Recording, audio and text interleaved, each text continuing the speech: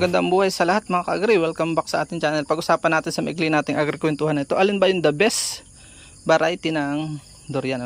Magre-review muna po tayo. Pasensya na hindi ko mabubuksan isa-isa para makita natin sana yung Pero sa abot aking makakaya ay aking didiscuss nyo. Nerank ko na siya. Batay po siya sa aking preference, sa aking taste. Nasa sa inyo po ngayon kung alin yung gusto. Isa-isahin natin ang katangian ng bawat isa. Ito po yung magnolia. Ito po yung chani. Sa amin parang chani kung tawagin. Ito naman yung chani ito. And then ito yung aming puyat na tinatawag o dabaw. Dabaw variety. Laki. Ito. Nagpo 4 to 5 kilo. Na isa nagawa 8 kilo pa yan. 7. Ito naman yung dalis ang native. Bakit pinahuli ko yung native? Sapagkat lagi siya nahuhuli. So, common po sa mga durian, pare-parehas sila ng sakit. Ayan kita nyo yung sakit na yan. Tingnan natin itong isa. Binukod ko na yan eh. Nasaan na ba yung sakit mo? Wala yung sakit nito. Wala. Ito, papakita ko sa inyo itong sakit niya. Yan nagkakaamag-amag, yan Yan, pare-parehas po sila. Regardless of the variety, ay pare-parehas lang yan. Tapos common sa kanila ang pumutok. Yan mas madali itong native. 2 days lang yan eh. Minsan nasa taas pala na putok na. Ito ganun din. Magkakaiba sila ng tinik at advantage ng bawat isa. Ito advantage ito sa daga. Hindi prone sa daga ang mga tinik. Ito prone ito, saka ito kahit medyo matitilos. Safe itong itong magnolia, matitilos siya at medyo magkahawig sila, kaya lang mas hindi masyado sa daga itong, pero may solusyon naman dyan. Mga tupa ang kailangan po. So sa lasa, sa presyo, sadly sa Manila ay pare-parehas lang ng presyo. Pero pagdating sa dito sa province, yung mga nakakalam, iba ang price nito. Iba ang price nito mga high class. Yung mga superior variety. Ito, iba ito eh. Ito po, mga ito ay ani na mula dito. F1 na nito. Yung anak na nito, itong nanay niya. Iba po ang kanilang, pare-pareha silang, iba ang katangian kapag produce from seed. Ito, produce from seed. Ito naman yung unang bagsak dun sa kanyang mother. Tingnan nyo, magkaiba ng kulay Iba ang kulay, medyo brownish in color. Itong seedling, nagi-green. Ito rin, ito nyo. Hindi ko alam kung ba't ganun. Kaya sa lasa, hindi naman naglalayo. Pag sa lasa, yung original na mother, medyo orange na ang kanyang pagka-yellow, yellow-orange. Yung anak niya sa F1, F2, ganyan, F3, ay nagla-light yellow na lang o nagiging white. Pero ganun pa rin halos ang lasa. Sa kulay nag-iiba. Kaya approve ko, kapag tinanim mo sila ng seeds, mag-iiba talaga po ang lasa. Dahil nga sila ay cross-pollinated na yung mga seeds. Pero yung sa mga physical, nag-iiba din. Minsan may lalabas na sobrang haba ng tinik, galing doon sa maigsing tinik, ganun. So pag-usapan natin ang lasa nila. Unahin muna natin itong pinaka mahinang klase namin. Lahat naman ng nilikha ng Panginoon ay maganda, kaya lang depende nga sa taste yan ng lumalasa. Ito may aftertaste minsan may hahanap-hanapin ka, may unique siyang lasa. May kakaiba siyang lasa kumpara sa lahat. Dahil nga siya ay native. Yun lang ang kanyang disadvantage, madali siyang pumutok sobra.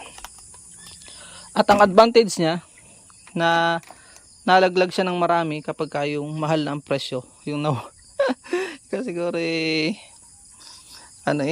ako naman, nasa akin ang huling halakhak siguro nito si native.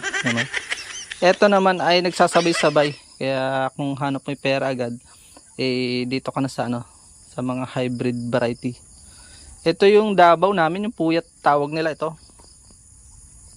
Ang kulay nga po pala nitong native ay puti. Puting-puti, tapos manipis lang ang kanyang laman. May minsan pare-parehas po pa sila ng katangian. Minsan ay may uod sa loob, minsan ay mahirap buksan. Pero less lang ang problema namin dito. Minsan ay may bulok sa loob. Yun yung common factor pa nila, common denominator nila. Commonalities nila, pagkakapare-parehas pagdating sa sakit. Pare-parehas din silang madaling masapak ang puno. So yun, oh. Ito yun naman ay kulay ma-orange na. Pero ito, light yellow na dahil anak na ito nito. Seedling ito. Yun po ang kanyang ano. Mayroon siyang aftertaste na naiiwan, parang bawang-bawang ganon. Pero hahanap-hanapin mo pa rin. Madali kang maumay dito. Ito naman minsan parang nangangain ka ng sapal ganon. Pero minsan hahanap-hanapin mo rin yung lasa niya. Kaya hahanapin mo yung manipis, madali kang marami ka nang nakain, hindi ka pabusog. So ito naman light yellow din, tapos yung anak niya very light na, no? Light yellow lang ito. Pero napaka creamy nito. Kumpara dito, creamy ito, kaya lang minsan mahirap din buksan, minsan ay may bulok din. Napakanipis ng balat. Ito manipis din, sakto lang, no? Paborito lahat sila ng itong mga hybrid ng mga daga. Matatamis kasi sila. Ito mas masarap kung may gatas. Ito kahit walang gatas, okay na. Parehas ito na malimit ay seedless. Ito mostly madalang ang seedless nito, native. Yun ang disadvantage nila. Ito naman magnolia, swerte mo kung makakuha ka ng buto. Magkahawig sila halos ng lasa nitong tiyanik yata kung tawag namin dito. Kasi sa amin ang tawag ay kung saan namin kinuha yung variety. Sa mga Arago. Arago yung family na unang magtanim sa amin. Arago variety. Now, itong Arago variety na ito, na tinanim namin seedling, ay galing na sa aming kapatiran ng pangalan niya ay Brother Edis. So, Brother Edis ang tawag namin dito. So, pero, comment nyo na lang below kung ano ba talagang variety ito. Yan o. Siya, yan o. Ito yung puyat ang alam ko tawag nila. Tawag namin Chani o Davao. Basta Davao siya. Yan o. Ito naman, Magnolia ang tawag namin. Hindi ko alam kung saan galing yung salitang Magnolia. Pero, ang lasa po niya sobrang gatas. Nung una may aftertaste siya na parang lasang chesa sa dulo. Pero nitong huli habang natagal, nawala na po yung aftertaste. Siya na yung best naming variety ngayon. Number 1 para sa akin ito. 4, 3, 2, 1. O ganun lang kasimple. Pero nasa sa inyo kung anong gusto nyo. Depende yan sa taste ng kumakain. Ayun o. Ng tumitikim yan o. Ganda niya. Hindi siya basta madali ng mga daga. At sunod-sunod kung pumatak siya, hindi siya lahatan. Yun yung katangian niya. Para sa akin, number 1 siya, dapat iba ang price niya. Kaya lang sa amin na sad reality ay pare-parehas lang siya. Kung 25 lang. Advantage sa native pa dahil magiging fair lang ang price niya sa lahat. Pero unfair dito sa lasa. So lahat ay susugal ka pagka bagyo. Ay huwag kang basta bibili, may vlog tayo patungkol dyan. At yun nga, baka laglag lang na hinog sa pilit. So yun, lahat sila ay nahihinog ng ano. May pare-parehas din silang minsan ay nalalaglag ng walang lasa.